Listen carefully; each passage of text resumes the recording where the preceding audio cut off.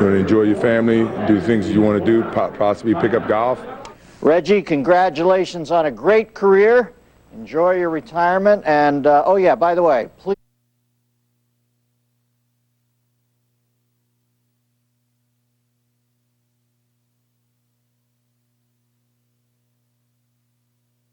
House, stay with us here. You will see it in its entirety. It should be extremely emotional.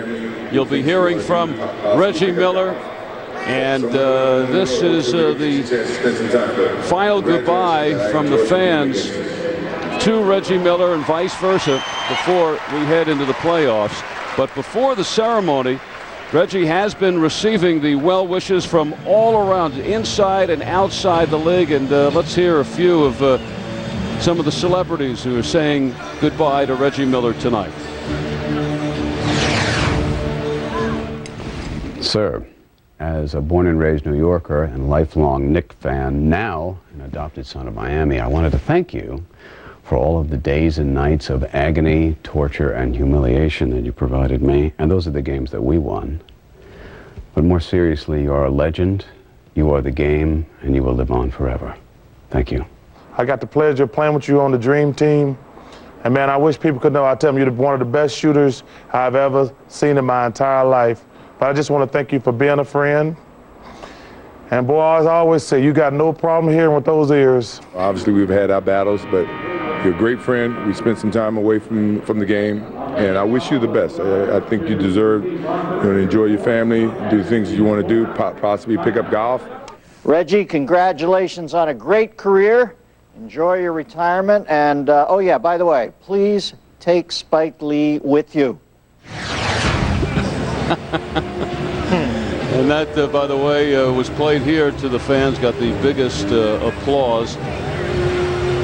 President Bill Clinton also had his fond memories of Reggie and his thanks. And there's only one person who was up on the big screen for his remarks, who was actually from the side of him was booed by the crowd, and that was former Knick John Starks. You could hardly hear what he was saying, Al, because the fans were so, harsh on him. He had been such a, a real, I playfully say pain to the Pacers. You don't have to be so painful with that. We also see Mark Jackson, who teamed with Reggie, his closest friend. He has come back here tonight to be with Reggie on this final night, and you see the crowd all standing. And Quinn, I think now the emotions are really going to start to pour out. I think you probably will see the ultimate emotion from Reggie. I don't know how you could not. I mean, all of us as former athletes at least are saddened by the fact that we're stepping away, if you will. And even, I don't care how you review it, celebration as it were, it's still a difficult thing to do because it means you won't be lacing them up. All right, on the sidelines, Stacy with another of Reggie Miller's former teammates, very popular guy here in Indy. That's right. Sam Perkins, talk to me about what Reggie Miller has meant to you, both as what you've learned as a basketball player and even as a person. Well, when I came here, I didn't really know much about him. I mean, other than playing against him. But personally, I think I enjoyed every minute when I was here with him because he was a fine example of what the NBA has been about, should have been about, and I don't know why they didn't put him in the forefront of all these other guys here that are here today. But Reggie's been meaningful in so many ways. People have said it so far all night, and just can't put it in so many words, but I think he's just a leader, and he's just his persona preludes him on and off the court, and I just kind of admire him for that, being consistent and being the way he is. Thanks a lot, Sam. Enjoy the ceremony. All right, thanks. All right, Stacy, thank you very much. Well, this season will go down as one of the strangest, but among the most rewarding season that started in doom because of Detroit, but it really turned into a storybook finish for Reggie. For a franchise, it became a story of pride, perseverance, and dignity, which also is the story of Reggie Miller's career. Larry Bird along the sidelines. One of the old-time greats honoring one of the all-time greats. Pacers are starting to work their way back from the locker room. They will be joining here.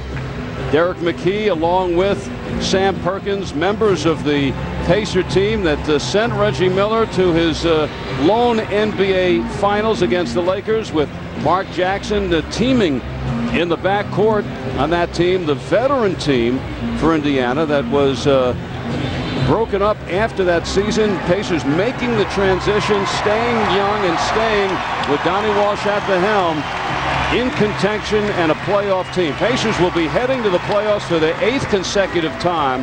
That is the most right now. The current streak, along with San Antonio, of the franchises that have continued to stay on the top. For the Pacers, it'll be their 15th time in the last 16 years. And you see the Pacers slowly but surely after the victory coming back to the floor. Since training camp, the Pacers kind of had the feeling that this might be Reggie's last season, and there was a sentiment that they wanted this to be a special year for Reggie. And in a way, even what happened in Detroit to decimate this ball club this season has gone in a very special direction never imagined. And let's now take you down to the floor, and the longtime radio voice of the Indiana Pacers, Mark Boyle. This very special ceremony. The radio voice of the Pacers, Mark Boyle, and Coach Bobby Slick Leonard.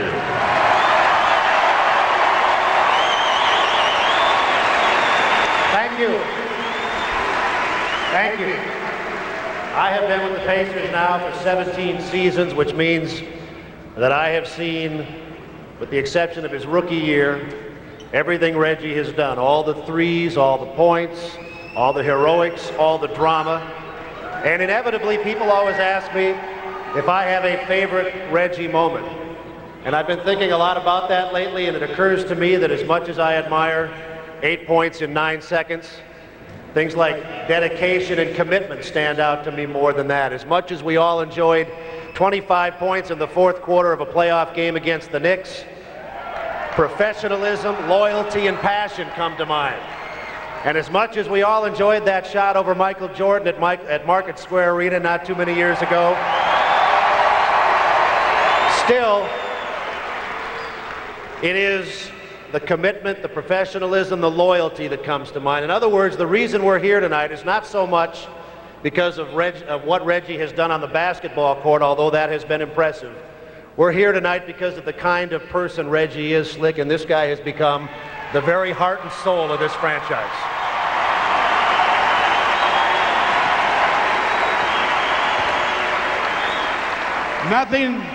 Nothing has changed.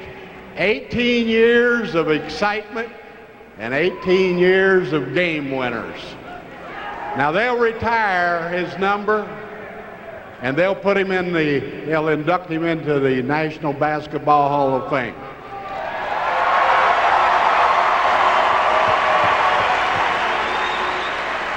But one thing they can never do, they'll never replace Reggie Miller in my heart or the heart of Pacer fans everywhere. God bless Reggie Miller. All right. Let's get started.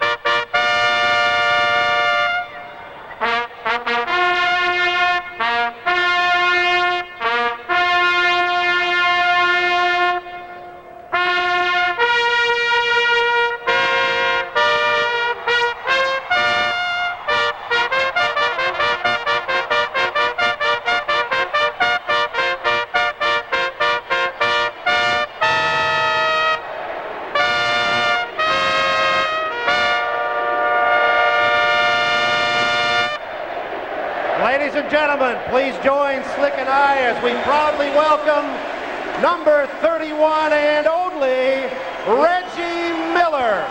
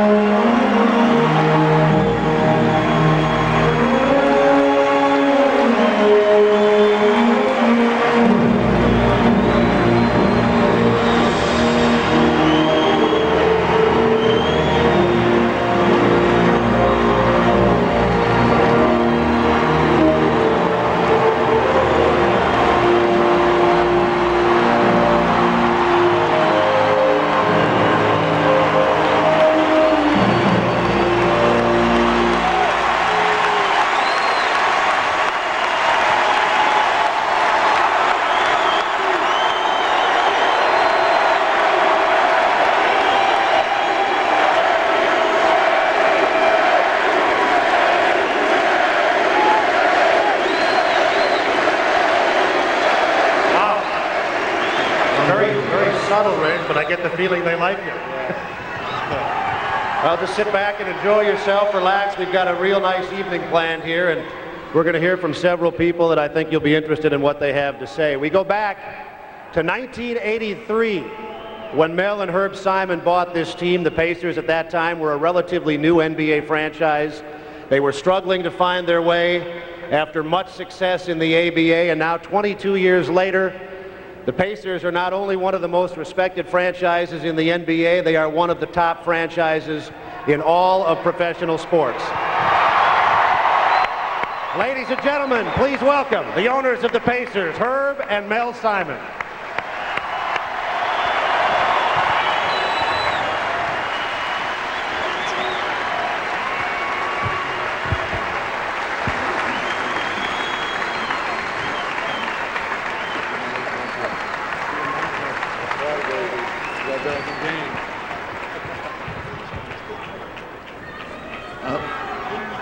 On behalf of my brother Mel and all the Simons out there, Reggie, we want to thank you for 18 glorious years. 18 glorious years.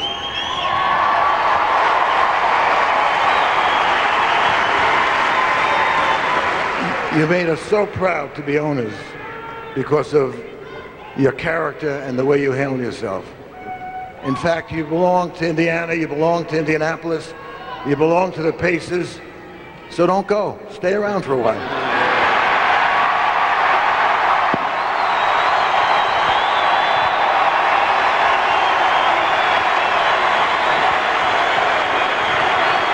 But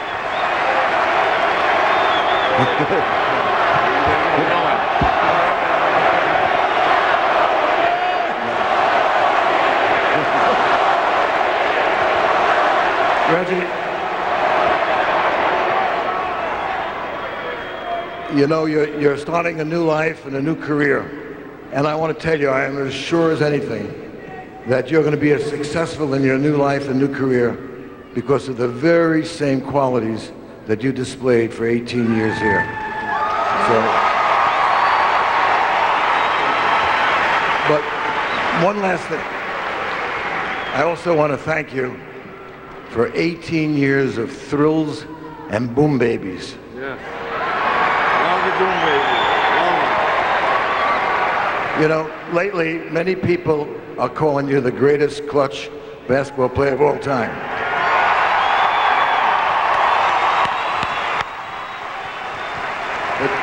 But when Larry Bird says that, you know it's true. Indeed. He knows clutch players. So again, Reggie, Thank you for making us proud. Thank you for the memories, and good luck in your new career. Thank you. Thank you very much.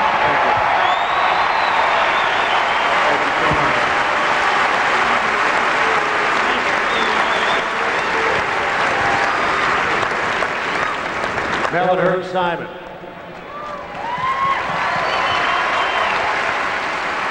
I know, at least I assume, I know you remember the 1987 draft, don't you? Of course, Of yes. course. Those of you that have been around long enough to be fans since '87, let's see a show of hands of people that wanted to draft Steve Alford. It's dark in here. It's funny because them same boos is what I heard when Yeah, they said Reggie yeah. Miller, so. That was an interesting time, and I see maybe 1,000 hands. That means at least 13,000 of you are lying. When Reggie was drafted in '87, the thinking around here at least was that he was too thin, he was too frail, he was too cocky. He wasn't a Hoosier, which is now a laughable thought. Luckily for us, the general manager of the Pacers at the time saw things differently and made what to this day remains his savviest decision ever. He's no longer the general manager. He's now the president of Pacers Sports and Entertainment, Donnie Walsh. And Mel Daniels, former Pacer great.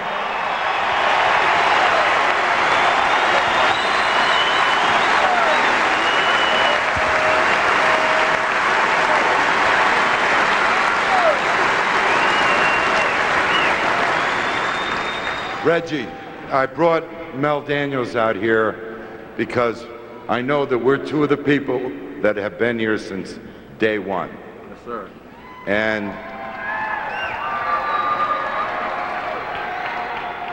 what I really want to say to you is this, and it comes from the bottom of my heart.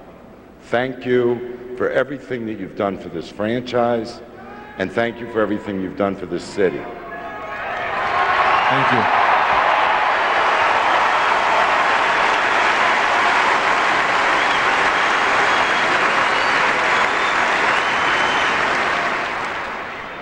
When we drafted you, there were curtains on the upper deck in Market Square Arena.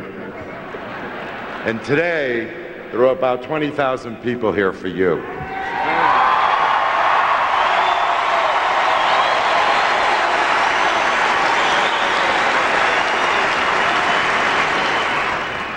You took us from being a losing team into being one of the elite teams in the NBA.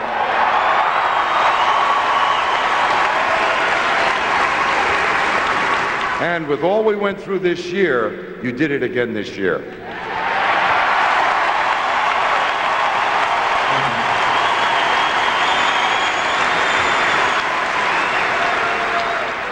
Now, you probably own every record, including Mel's, in our record book by now.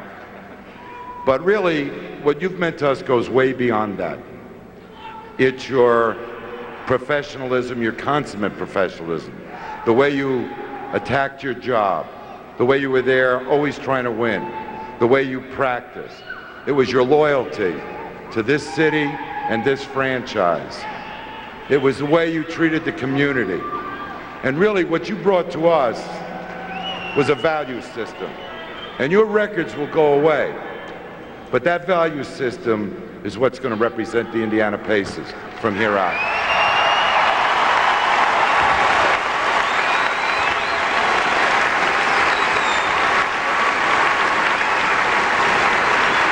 Take it, Mel. Reggie, you're not the biggest, you're not the strongest, you're not even the best athlete. But what you are is professionalism personified. It's been a pleasure knowing you and being around you. I wouldn't miss the ride for nothing in the world. You're the greatest. My man. Thank you.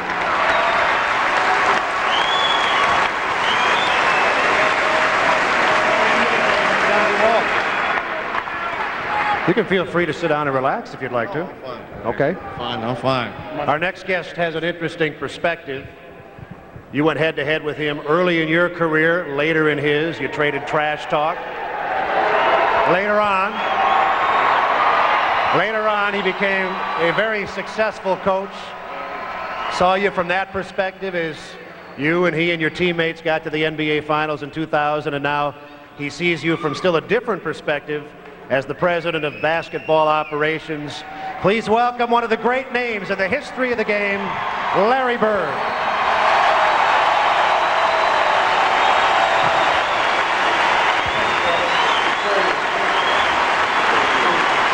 Thank you. First of all, I'd like to thank the fans of the state of Indiana for the support that we had this year. We had some awful difficult times throughout the year, but your support showed us that you are basketball fans, you are winners, and through these guys, what they accomplished this year with all the injuries that we've had, it showed a remarkable job that our coaching staff has done, not only them, but our players. So I want to thank you for the support. But I also want to thank this young man. You know, it's not only an honor to play against him, but to coach him, and thank you for making me look good, along with Derek McKee, Sam Perkins. Only thing I wanted when I came here is to give Reggie, Mark Jackson, Derek McKee, Rick Smith, Sam, an opportunity, and that's all I stress, to get yourself to the NBA Finals.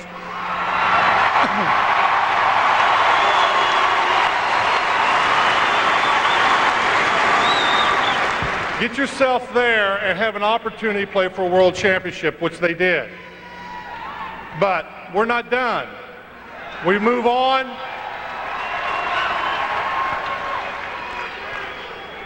My greatest moment about Reggie is watching him hit the shot against Chicago in the corner.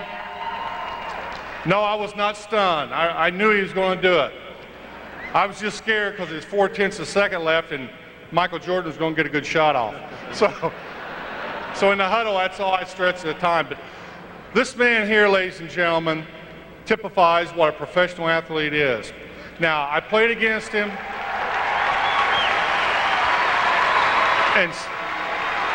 and seeing how he prepared himself for each game, I coached him, and he's the only guy that could beat me to a plane or bus.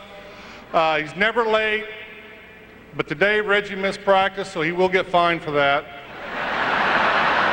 But I tell you, ladies and gentlemen, you will never, ever see a professional athlete come through this city and do more for young kids and young people like Reggie Miller has the last 18 years.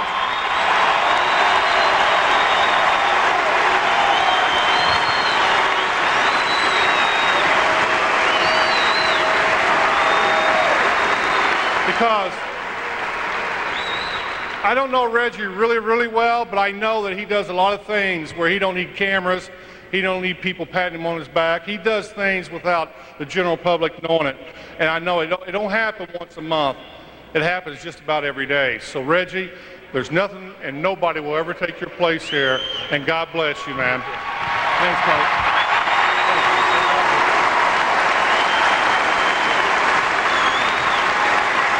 Larry Bird. I wonder, Reg, have you ever sat down and tried to figure out how many teammates you've had over the years?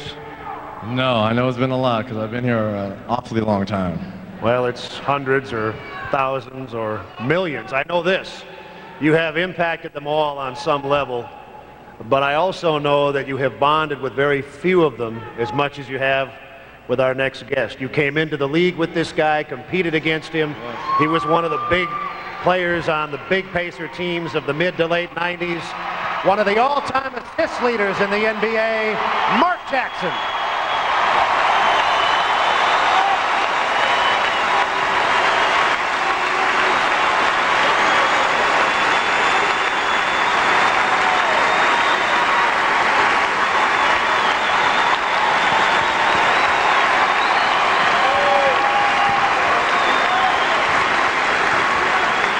Thank you. Thank you. I'm gonna attempt to be as cool as I can because this is a tough moment. First of all, I want to acknowledge Tyson Chandler sitting over there because it is awesome when you're able to, as a young fella, see the way you're supposed to do it. And you soak this in because this could be you. I appreciate you.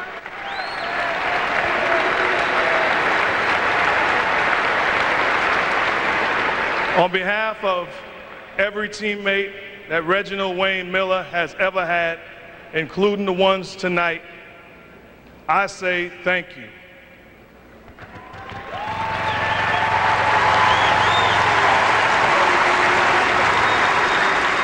I say thank you for your professionalism.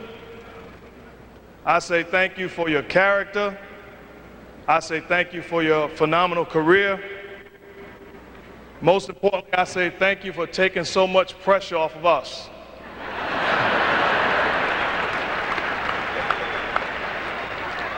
You guys see the humble side of Reggie Miller. I'm gonna tell you a quick story. We were playing the New York Knicks. Obviously, you guys know the 8 points in 9 seconds.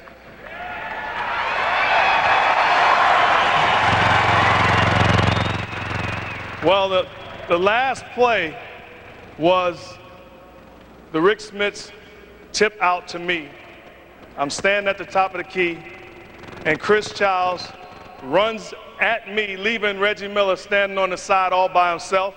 I quickly spot Reg, even though he knew he didn't have to raise his hands and yell and clap. I found him, he knocks down the shot. We're on the bus afterwards, and I'm so excited, and Reggie is going, "Can you believe that Chris Childs left you and left me and came to you? How dumb is he, Jack?"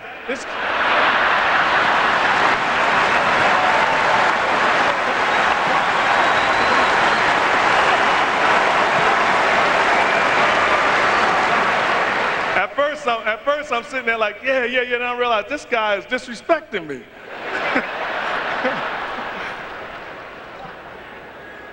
But let me tell you something. I don't want to be Reggie Miller, and the reason why is because he's played 18 years with one organization. That is a phenomenal, phenomenal feat.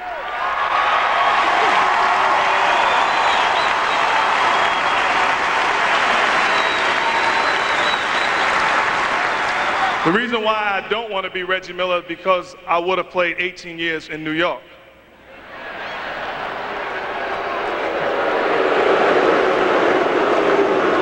That would have neglected me the opportunity of spending time with Reggie and getting to know him as a best friend. That would have neglected me the opportunity of playing in Indianapolis, being a Pacer.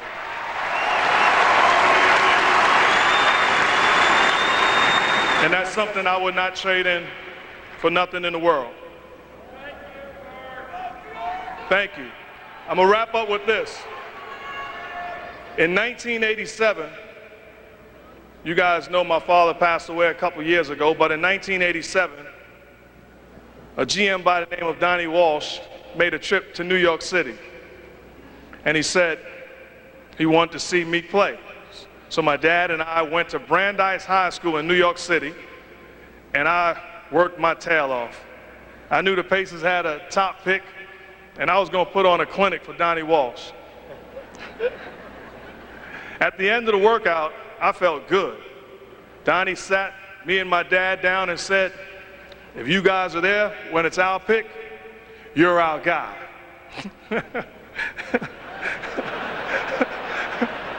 And Donnie said it with a straight face, too.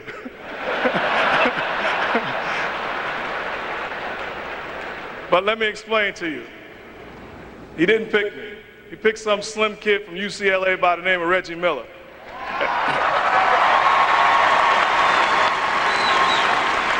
And I was upset.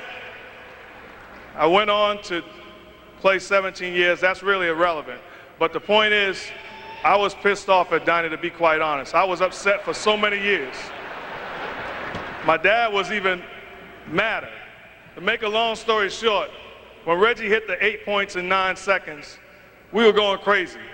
And my dad, after the game, we were at dinner. And my father looks at me and I said, "Can you believe, Reggie, the clinic that he put on? Was that awesome?" My dad looked at me and said, "That Donnie Walsh is one heck of a GM."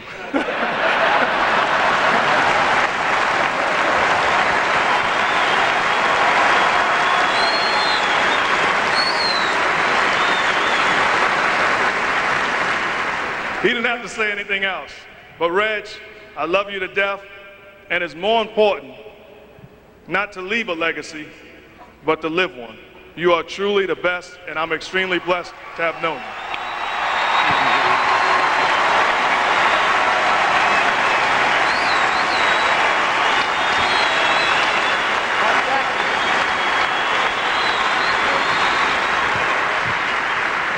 You know, after 18 years, I think, Reg, it's fair to say that everybody in this building feels as though they know you. Some obviously know you more than others, but those of us that are fortunate enough to have siblings know that nobody really knows you as well as your brother or your sister. Very true. And you grew up with a great sister. Let's welcome her, Cheryl Miller.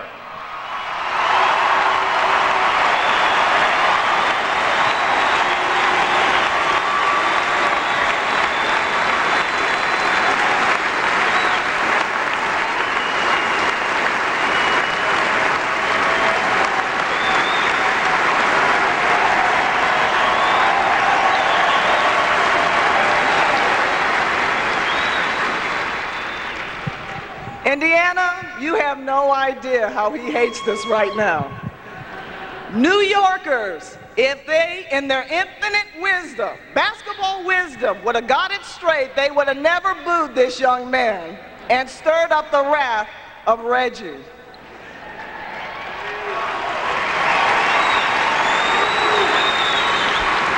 I'm going to make this very short and sweet because I really want to hear from my baby brother, and there are so many fond memories we shared growing up, and where to start, where to end, I have no idea where to go. I just know everybody reflects back to obviously the New York series and the years, and you went on to become a legend, and I went on to become Reggie Miller's sister. That's another reason why I hate New York. But if there's one fond memory that sums you up, Reggie, it was 1984 at the Forum when I had won my Olympic gold medal. And I put it around your neck, and you looked at it and you said, "I'll never do this. I'll never do this." And I had never heard you say, "I will never." And I said, "Reggie, you can have anything, go anywhere you want." 12 years later, 1996, I had the opportunity to watch you win your first Olympic gold medal.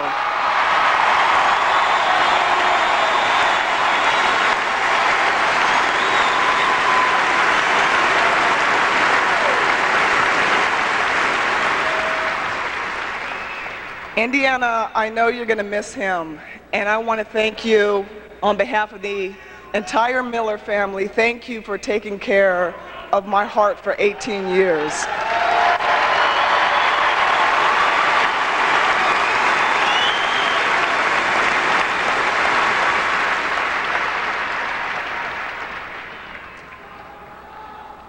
You are a much better brother than a basketballer. And I love you. And 18 years later, well done, baby brother. Well done. Ladies and gentlemen, the 1996 Olympic gold medalist, number 12 on the all-time scoring list, and future Hall of Famer, Reginald Wayne Miller.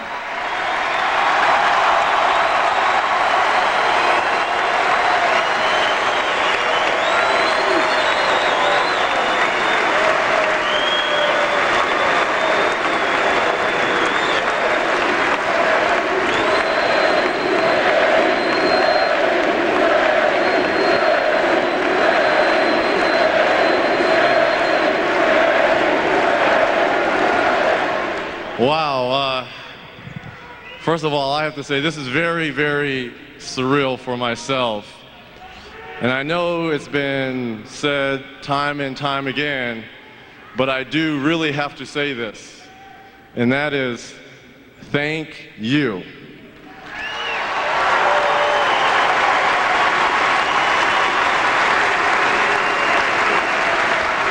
I have to say thank you, Herb and Mel Simon, for always fielding and surrounding me with the best players, current and past, as well as coaches.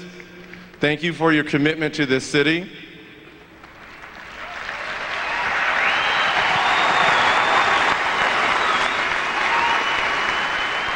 I have to say thank you to Coach Larry Bird for coming here and believing in myself and showing me a different way to approach each and every ball game. I have to say thank you to Peanut Butter because I'm jelly, to my best friend in the world. So many nights we would laugh, cry, 2, 3 o'clock in the morning, talking about basketball and life. And I know I got 2 older brothers, but he's an adopted brother of mine, Mark Jackson. Thank you.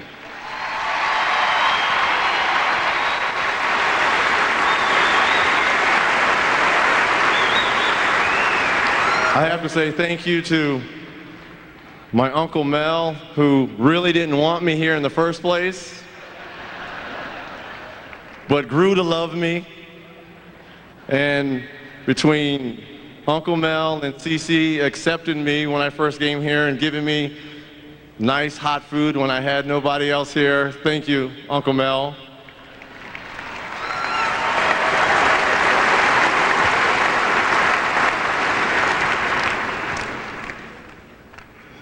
Cheryl, you inspired me to be great. To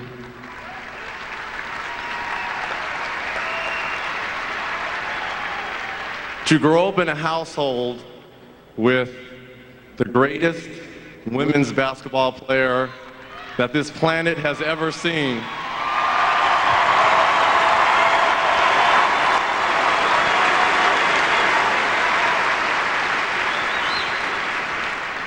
If I didn't learn to work, it was all because of you. Thank you for your greatness for our family.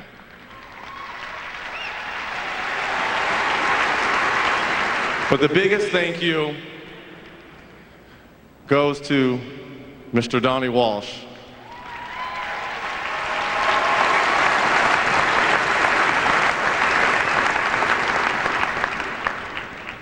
He took a lot of criticism, a lot of hate mail, which we share, for drafting, as Mark said, a very, very skinny, and I'll add the adjectives of big ears, kid out of California who, and I know because I played against Steve, who was a phenomenal player at IU and was just coming off a national championship. He took a risk, and I want to thank you for giving me the opportunity to perform in front of all these people. So thank you.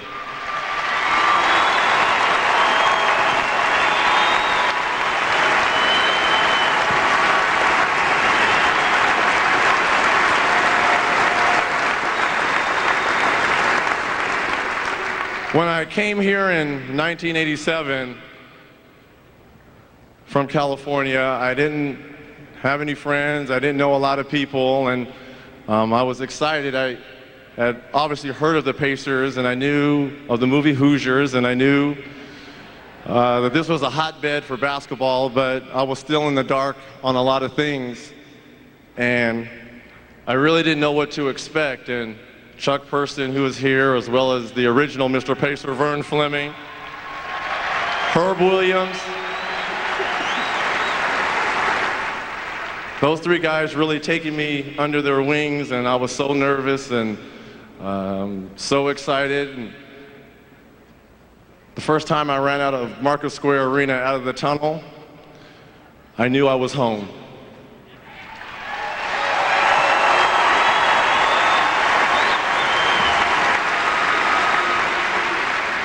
And the reason I knew I was home is because of everyone that is in this building tonight and in this city.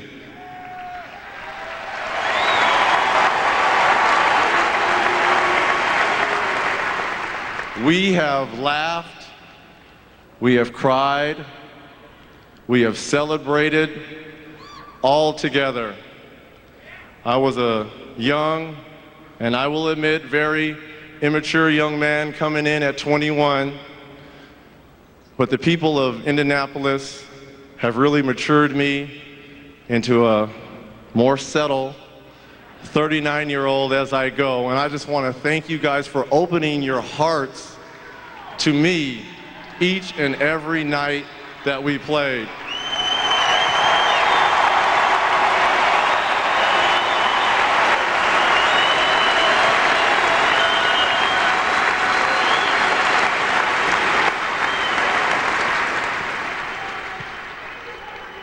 I would like to thank my extended family, Mama D and her family, which is in the loudest suite in the building, and suite number 1, who has always supported me, as well as my out-of-towners, Arn, Elisa, Gail, Patrick. Thank you guys for coming.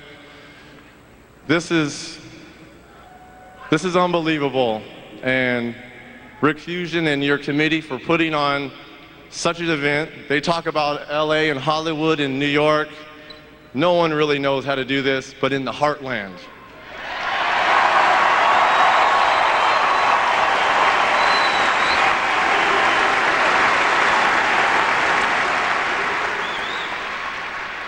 I want to thank really 2 people in particular who are definitely in the building, Antonio and Dale Davis.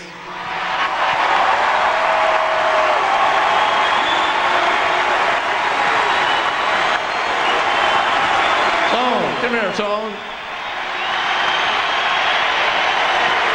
Dale.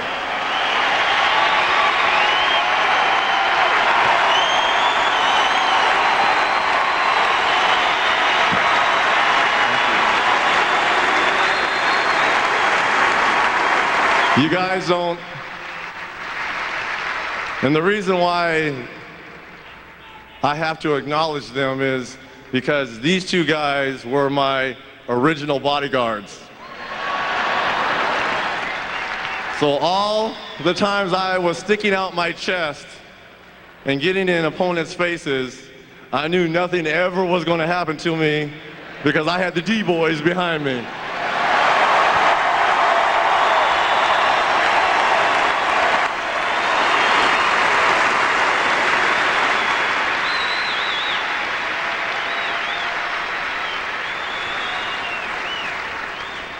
And I'm going to leave with this saying, I know it was a tough year for all of us because of what happened in November, but it really shows the character. It really shows the character of an organization, and especially the fans that rally and support its home and local team. And you guys have done that throughout that time. When we were playing with 6 players this year, this place was sold out. And it's your belief in us that inspire.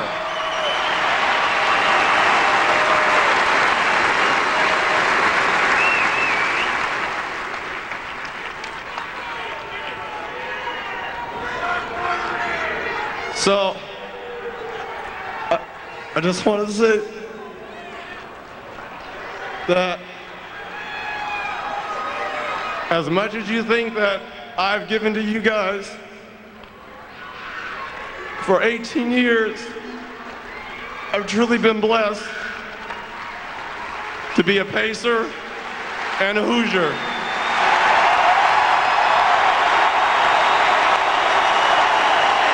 Thank you very much.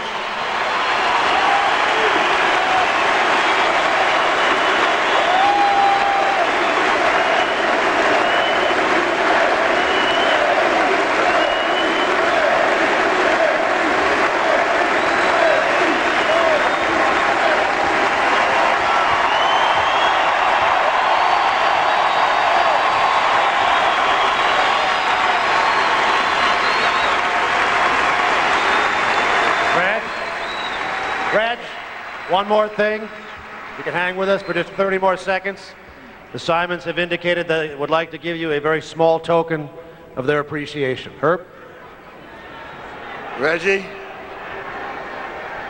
next time I bump into you in Malibu, I want you driving great wheels. So.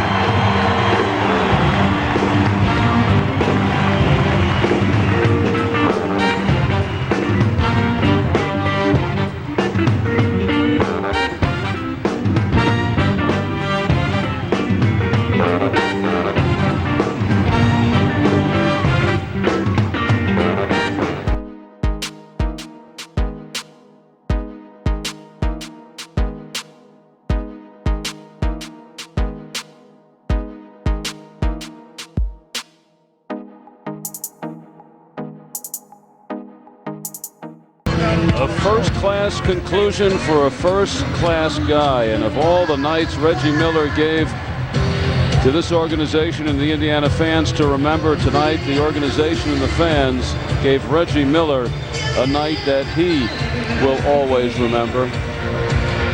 One of a kind guy and a one-of-a-kind story when you think that Reggie Miller as a rookie started one game for the Indiana Pacers, and he stood before you humbled and overwhelmed, and as one of the greats of our time and of all time as a player and as a person.